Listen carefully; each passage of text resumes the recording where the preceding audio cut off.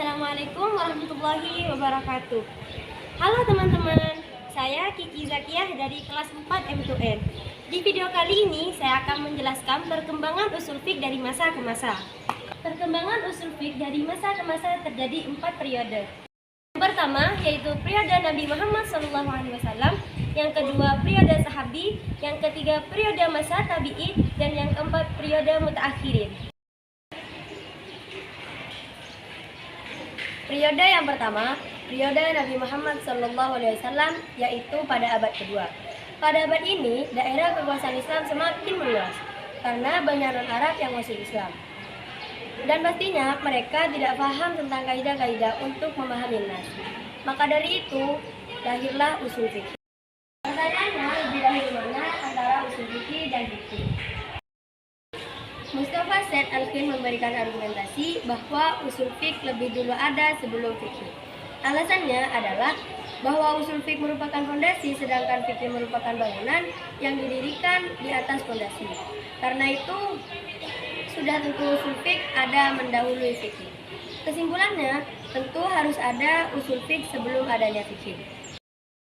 Jawaban demikian benar apabila usul fiqh dilihat sebagai metode pengambilan hukum secara umum, bukan secara sebuah bidang ilmu yang khas. Ketika seorang sahabat misalnya dihadapkan terhadap persoalan hukum, lalu ia mencari ayat di Al-Quran atau mencari jawaban dari Rasulullah SAW, maka hal itu bisa dipandang sebagai metode memecahkan hukum. Ia sudah punya gagasan bahwa untuk memecahkan hukum harus dicari dari Al-Quran atau bertanya kepada Rasulullah SAW. Akan tetapi, cara pemecahan demikian belum bisa dikatakan sebagai sebuah bidang ilmu.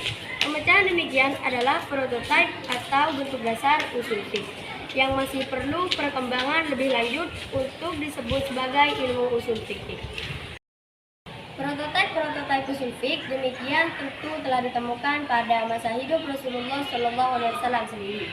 Rasulullah SAW dan para sahabat berijtihad dalam persoalan-persoalan yang tidak ada pemecahan wahyunya. Ijtihad tersebut masih dilakukan sahabat dalam bentuk sederhana tanpa persyaratan rumit seperti yang dirumuskan para ulama di kemudian hari. Yang kedua yaitu periode sahabi. Masa sahabat adalah sebenarnya masa transisi dari masa hidup adanya bimbingan Rasulullah. Ketika Rasulullah SAW masih hidup, para sahabat menggunakan 3 sumber penting dalam pemecahan hukum.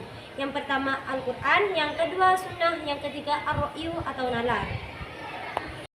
Meninggalnya Rasulullah SAW memunculkan tantangan bagi para sahabat. Munculnya kasus-kasus baru menuntut sahabat untuk memecahkan hukum dengan kemampuan mereka sendiri atau dengan fasilitas khalifah. Sebagian sahabat sudah dikenal memiliki kelebihan di bidang hukum. Di antaranya Ali bin Abi Thalib, Umar bin Khattab, Abdullah ibnu Mas'ud, Abdullah ibnu Abbas, dan Abdullah ibnu Umar. Karir mereka berfatwa sebagian telah dimulai pada masa Rasulullah SAW sendiri. Pada era sahabat ini digunakan beberapa cara baru untuk pemecahan hukum. Para sahabat telah mempraktikkan ijtima, qiyas, dan istilah masalah. Bila mana hukum suatu masalah tidak ditemukan secara tertulis dalam Al-Quran dan As-Sunnah. Pertama, khalifah biasa melakukan musyawarah untuk menjadi kesepakatan bersama tentang persoalan hukum. Yang kedua,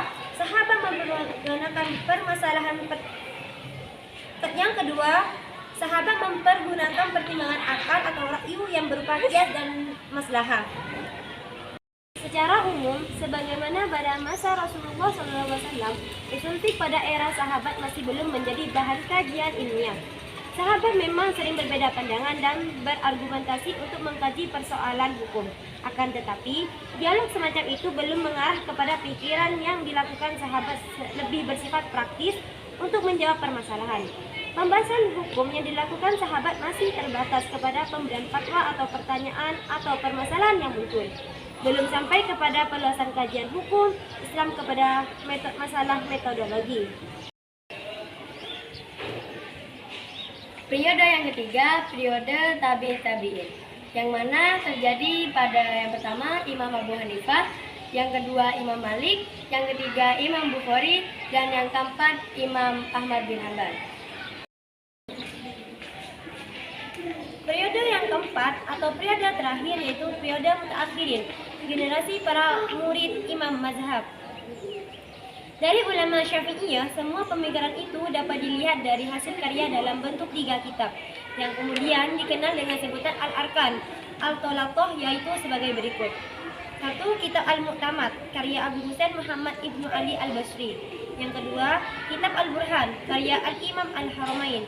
Yang ketiga, Kitab Al-Mustafa min Ilman Al-Usul, karya Al-Ghazali.